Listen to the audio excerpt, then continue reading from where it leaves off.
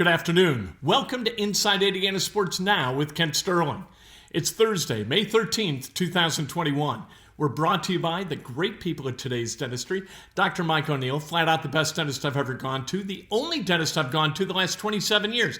I did 27 years ago what I'm asking you to do now, and I'm asking you to do it for your own good.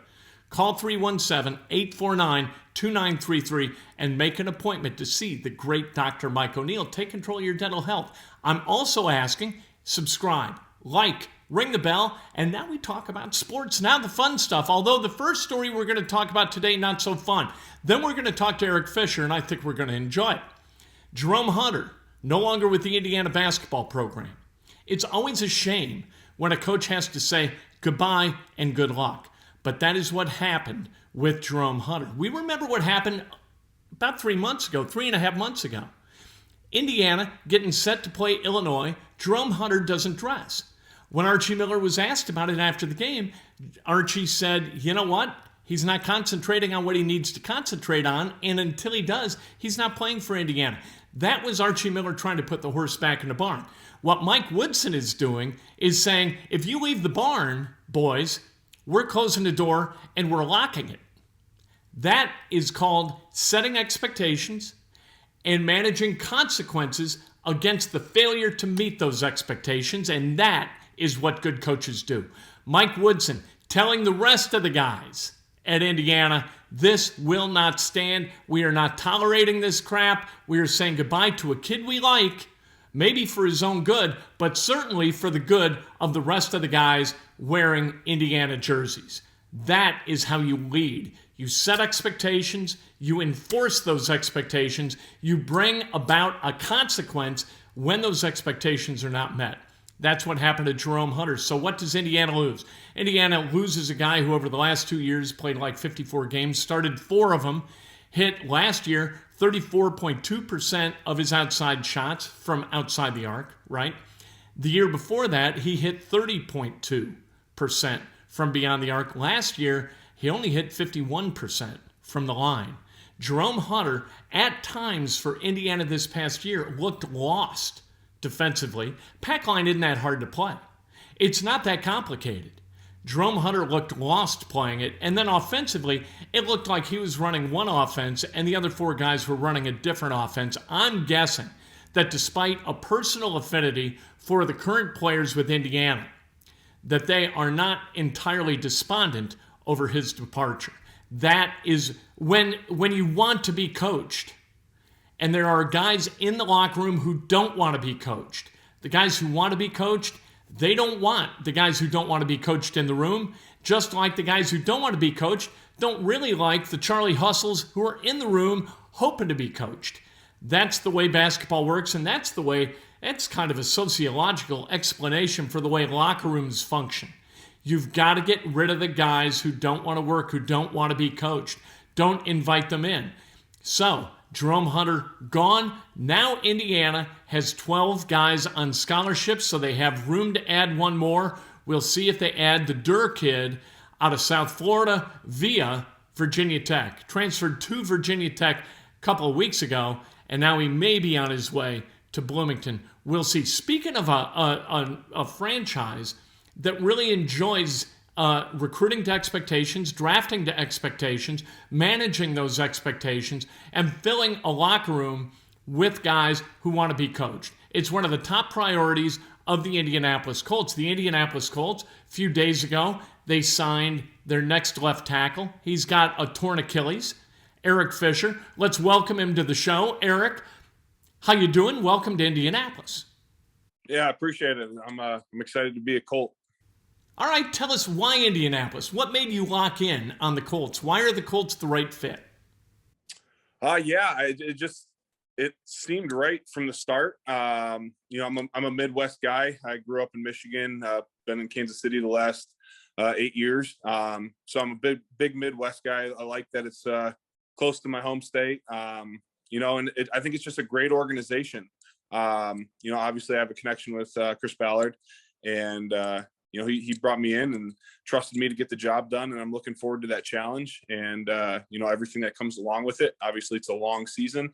There's ups and downs of every season, and I think this is an organization that obviously is a playoff team that it's a contender to go the distance here. I'm looking forward to being a part of that. Obviously, left tackle is a big role of that, and it seemed right. Everything lined up, it worked out, and I'm excited for the opportunity and excited to get to work. What is it about the Colts offensively that really excites you? One of the huge things is the offensive line there. To be able to play next to the best left guard in the league, I'm darn excited for that. But across the board, talented guys everywhere, and we got a great quarterback coming from Philly, obviously, and I'm excited to build that chemistry with him, build the chemistry with the guys. But to be a part of that O-line group, I'm really, really chomping at the bit to get back to work. And, I'm looking forward to that. That was a big part of it. And I think we're going to have a lot of success. Hey, how'd you feel about your play before you got injured this past year? Seemed like you were playing at a really high level. I'm not going to critique myself, but, I thought I was playing at one of the highest levels I've played at. One of the things that drove me nuts about that injury was, where I was at in my career. And, that was the thing. Injuries you can't control. Obviously, it's part of the game. It's something that happens, and, it is what it is. But, yeah, it was a pretty big bummer to, be 1,000 snaps plus deep in the season, and for that to happen when you're so close to, the trophy there. But, it is what it is. It happens. That's life. And it's about how you control it. And, it is what it is, but I'm excited to be getting healthy, get back to work, and keep on rolling. Do you see this as a fresh start for you? Is this kind of a career reset for you? Yeah, that was one of the things I talked to Coach about, because, as a player, getting to the second half of your career, there's a lot of questions, especially coming off an injury. And it was like, as soon as I got the call that I was being cut, it was like an automatic reset in my brain of like, I'm nowhere near being done. I feel like I got a lot of years left in me. So it's funny you bring that up, because I was actually thinking about that this morning, driving home from rehab. It's going to be an awesome reset for myself, and a fresh slate, keep working and, finish the second half of my career off on a good start. So yeah, it's funny you bring that up, but I've been thinking about that. I'm excited to kind of have that reset. Were you disappointed when the Chiefs released you? It seems a ridiculous question. How disappointed were you when you were released by the Chiefs? Yeah, you spend 8 years with the team and do a lot of good things with the team. Obviously nobody likes being fired, but it's part of the game. It's a business that requires you to be healthy. But I'm looking forward to kind of overcoming that obstacle and that hurdle that I was dealt, and I'm excited to have another opportunity. What was it like watching your teammates in that championship game against the Buccaneers when it was so obvious that the left tackle position was a little bit of a problem for the Chiefs, and you might have been able to help them over the hump? Yeah, sitting up in the stands, and it was tough to watch. To know that the quarterback that I was protecting was running around there, it was tough to watch. Especially, I like being a consistent player. So to not be available to do my job for that team, it was tough. It just makes me want to get back and stay healthy and just continue to play high level football for a team. I'm excited for it. Where are you in your rehab? What's your prognosis? What do you feel about your timeline? Yeah, what I can tell you this is I'm a big control what you can control kind of guy. Obviously, I'd like to snap my fingers and have a perfect Achilles again, but that's not the case. Obviously, the club feels good where I'm at. I'm feeling good.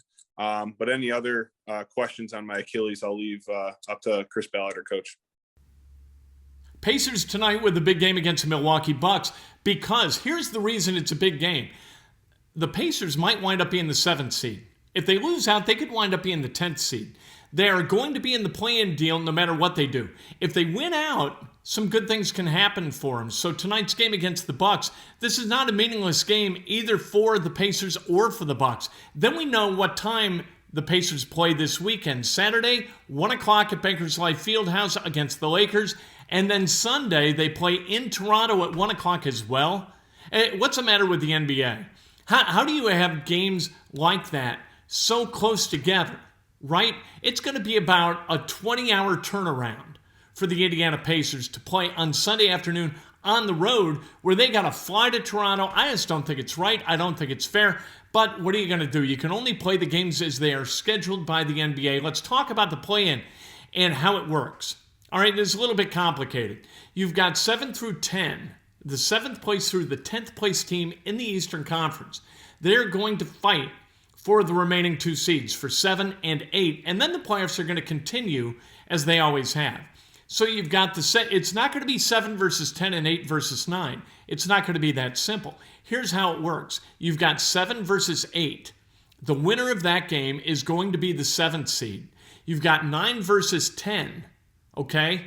The winner of that game is going to play the loser of the 7 versus 8 game. So if the winner of the 7 and 8, they move into the 7 hole. The loser of the 9-10 game is out completely. The remaining 2, they play against each other for that 8th seed. There it is. It's just that simple. Why does it exist? I don't know. I don't understand the logic. It is what it is. Whatever happens, the 7 and 8 seeds are going to get their ass beat by the 1 and 2 seeds. It doesn't make any difference. But you know what? It's more basketball, and who argues with more basketball? I'm fine with it. I'm also fine with Breakfast with Kent tomorrow morning, 6 o'clock, bright and early on Facebook Live, and then immediately thereafter on YouTube and everywhere else. I cannot wait to talk to you then, because what we're going to be looking ahead to, Grand Prix weekend at the Indianapolis Motor Speedway. Can't wait for that.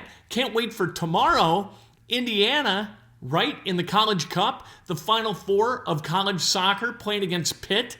That's going to be spectacular. This is a big weekend of sports. May is rolling in Central Indiana, baby. We'll talk about it tomorrow. All brought to you by the great people at Today's Dentistry, 317-849-2933. Don't forget to subscribe to this channel. Let's go.